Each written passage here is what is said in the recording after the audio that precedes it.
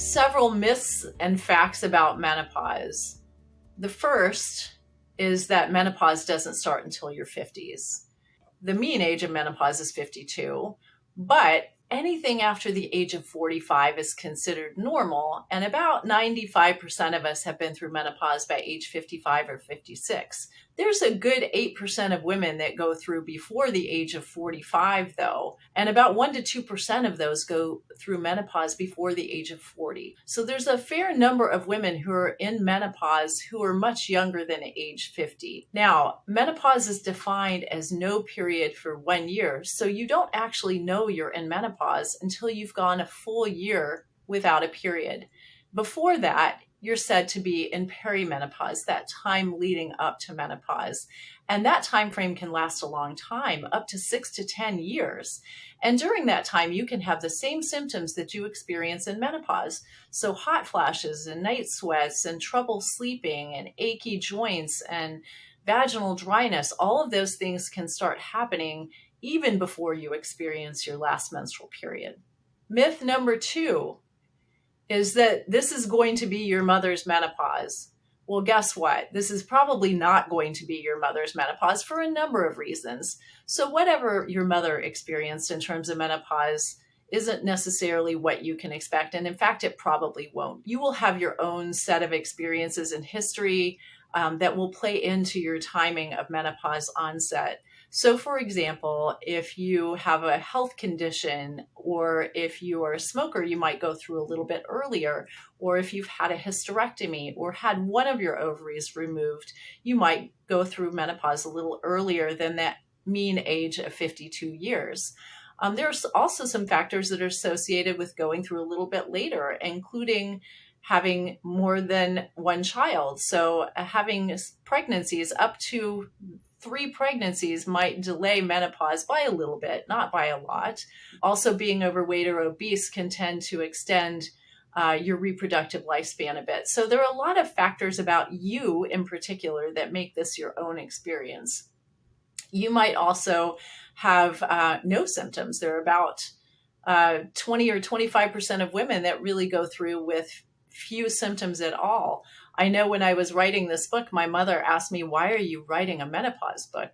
And I said, "What was your experience with menopause, Mom?" And she said, "Well, I think I might have had a hot flash once at a cocktail party when I had a glass of wine." That's certainly not the experience most women have. Another myth is that the only symptom that you can have is hot flashes and night sweats. We know that that's by far the most common symptom, but there are many other symptoms that go along with the menopause transition, including trouble sleeping, even outside of having night sweats, just insomnia, but also mood disturbances like feeling irritable or having a depressed mood or feeling anxious, all very common symptoms. Although weight gain is a common symptom, if you will, it's really more associated with aging than with the menopause transition. But the annoying part that is associated with menopause is that weight redistribution to the midsection or the thickening of your middle. That's a menopause symptom as well. You'll also be surprised to hear that joint aches are one of the more common menopause symptoms that we hear women report. We don't know exactly why that is, but it probably has to do with the fact that there are estrogen receptors in all of your joints. So losing estrogen can make those joints scream, if you will, a little bit for that estrogen. Other symptoms including palpitations that some women experience. Also, urinary tract symptoms like urinary frequency, urinary urgency. And then there's vaginal dryness, which can sometimes result in painful sex. All of these are fairly common along with the menopause transition. But the good news is that all of these symptoms are treatable too.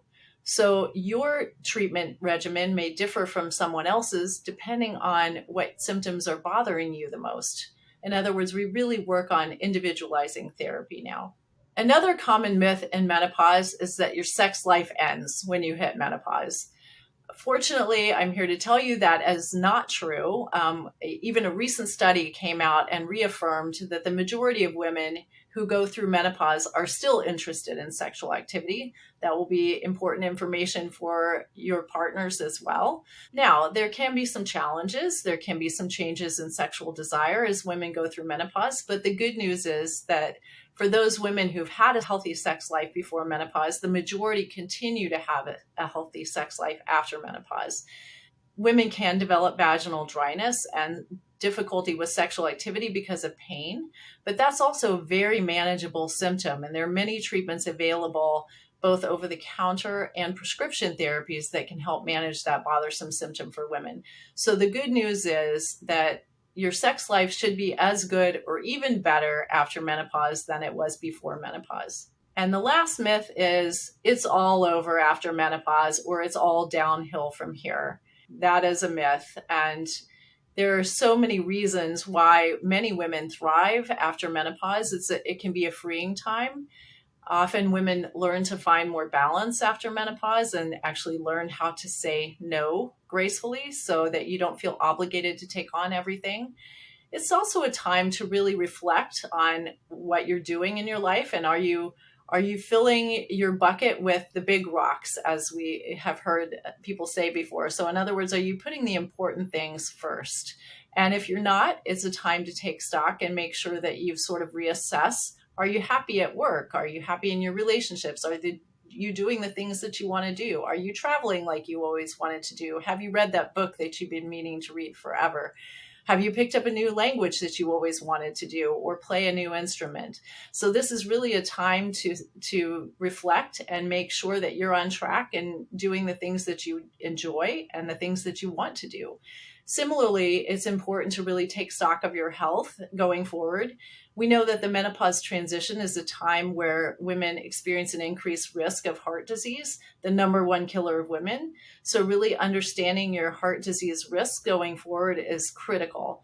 So understanding your blood pressure and your cholesterol and your blood glucose levels, and what your exercise levels are, and is your diet healthy, and you shouldn't be smoking. All of these things are important for maintaining cardiovascular health going forward. We've covered a lot of the myths about menopause, but if you'd like to learn more, check out Mayo Clinic's new book, The New Rules of Menopause, available wherever you get your books.